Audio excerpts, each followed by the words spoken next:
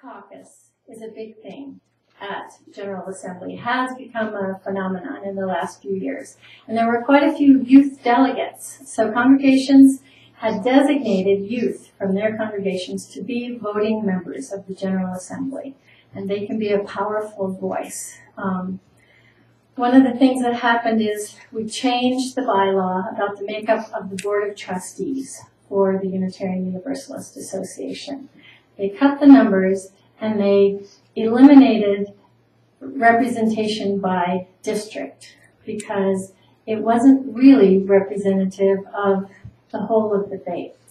And so the youth who was on the board made a very powerful, articulate statement about why this would be helpful.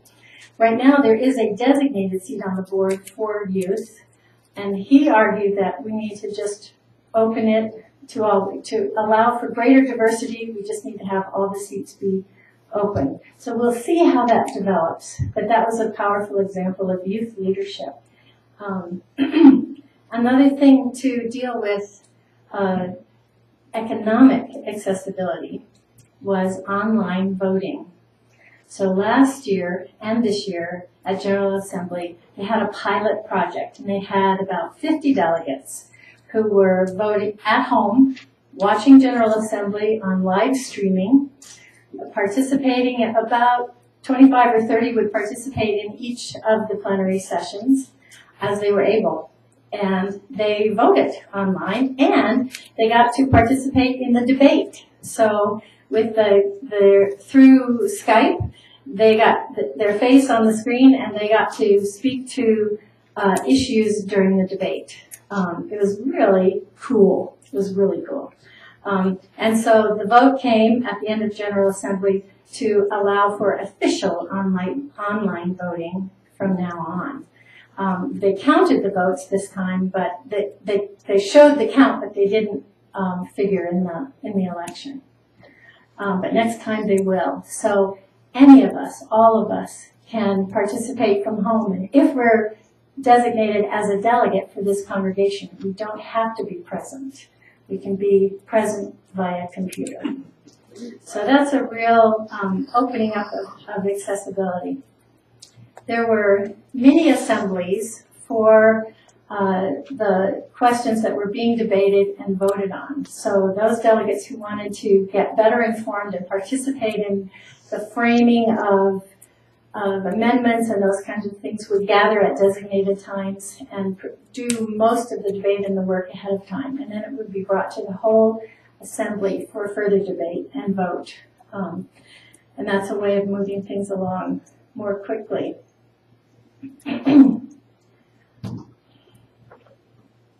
It was just beautiful to watch this kind of participation and this kind of thinking.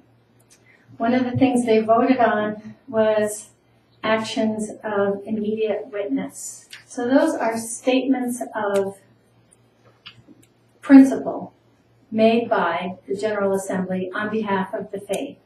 And every year, a lot of energy and time goes into coming up with those statements. Now, the board was recommending that we eliminate those, that it was interfering with most of the business of the General Assembly. But it came to light that in some ways that is our voice, and that is what allows the board to speak to the world about our faith. If the Assembly has voted on a position, then the board can talk about that as a Unitarian Universalist position. So it came to a very close vote. And I think next year with the online voting, that those online votes will count. There was only a difference of about 100 delegates. There were 4,000 people at the General Assembly and potentially 4,000 delegates, but only 2,000 of those present were delegates. The measure was voted down, so we will continue with actions of immediate witness, but not next year, because the Assembly in Phoenix is all about justice. and it will be a whole different kind of thing. It will be an educational assembly about how to take action in the world for justice, particularly around immigration issues, but also other issues as well. There were responsive resolutions that were passed. There was one proposed by my friend Michael Tino, Reverend in New York State, celebrating New York State's approval of marriage equality last week. There was one calling on Unitarian Universalists to begin to learn Spanish before coming to General Assembly next year. And that is another accessibility issue. So one of the big issues right now is for all of us to become competent multiculturally in all kinds of ways. So think about that and think about what we might want to do here to facilitate that kind of thing. There was another asking the Board of Trustees to create a covenant of right relations for the Unitarian Universalist community by GA of 2013, so 2 years from now. Part of the reason for that was that some of the initial discussion 2 years ago about whether to have General Assembly in Phoenix or not for next year was nasty. It was not respectful. And we are a religious community.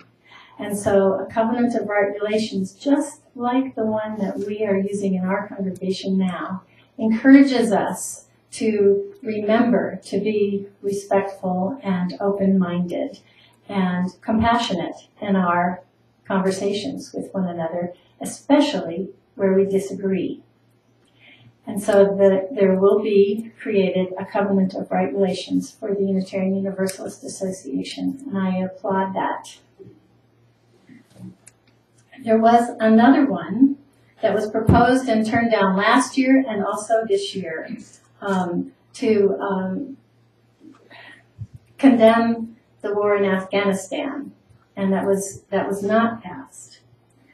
The fourth resolution that was passed was proposed by a member of the Chandler congregation, my friend Rob Smith, who asked the planning committee to facilitate a youth and young adult action ministry to train people around the issues that UUs will be involved in with Phoenix next summer.